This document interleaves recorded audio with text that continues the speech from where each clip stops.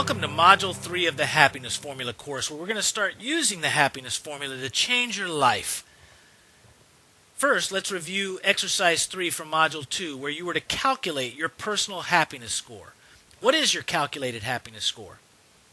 Is it between a 4 and a 7 like most people, or is it perhaps higher than a 7? Or is it maybe lower than a 4? Well, whatever it is right now, the goal is to get it higher, perhaps much higher, ultimately to a 9 or even a 10. So let's use the formula now to start making that happen. The first step in doing that is really understanding the happiness formula a bit better. From Module 2, you learned that the formula is H equals G plus DH plus C plus 3R divided by 6. And you know basically what that means now.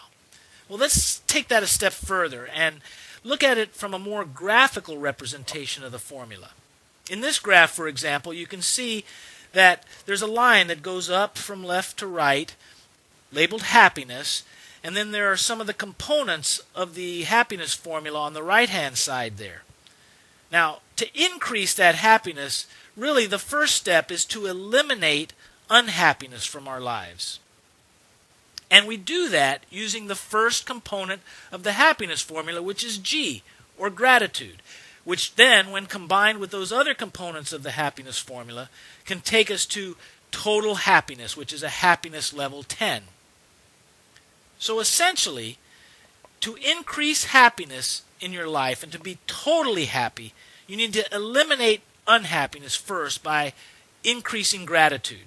Then secondly, you need to address each of the other components of the formula. And third is to create a long-term plan to achieve true happiness. And we're going to go through all three of these steps throughout the rest of this course.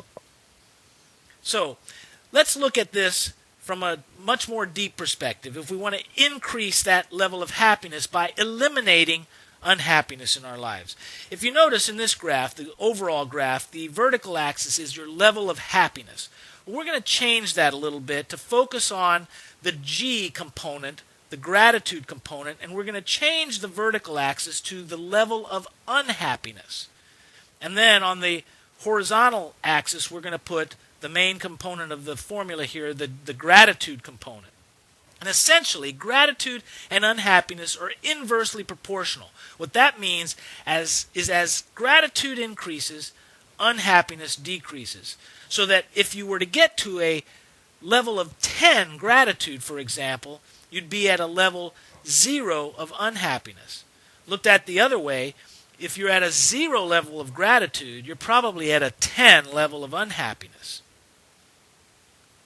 So, what does this mean? Well, we're going to use this increasing gratitude, decreasing unhappiness to increase our level of happiness. But as I mentioned, you can only get to a certain level of happiness, usually between a 5 or a 6, by doing this. That's why the other components of the formula, your definition of happiness, contribution, and the 3 R's are so important to get to that total happiness level of 10. You have to use all of the components of the happiness formula to be totally happy. So, that's what we're going to focus on in the rest of this module.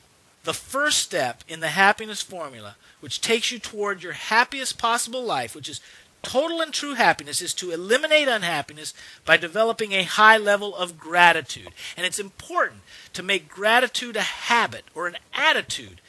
And there are specific techniques and strategies to make that happen, which we teach in the Happiness Academy. So let's finish up Module 3 with Exercise 4, another exercise. And we're going to ask a simple question here. It's a simple question, but not always easy to answer. And the question is, what are you grateful for in your life right now? What is good or great about your life or in your life? Sometimes this is not always easy to answer because there might be a lot of negative stuff going on in your life, and it's hard to focus on the positives and be grateful for what's positive. But there are always good, positive things in your life or happening in your life or about your life. You might be grateful, for example, for your family or your children. Or if you don't have a family or children, you might be grateful for your friends or your job. Or even if you don't have a job, you might be grateful for the talents that you have or your health. Or even if you're not healthy, you might be grateful for your support system Or even if you don't have a support system, you might be grateful for the inner strength that you have to get through whatever you're dealing with. Maybe you're grateful for the town you live in, or if you don't like the town you live in, the country you live in, whatever it is, you might be grateful for the fact that you just made it through today. There are always things for which to be grateful. Write down your answer now, and then we'll take the next step in Module 4, but make sure you write down your answer now.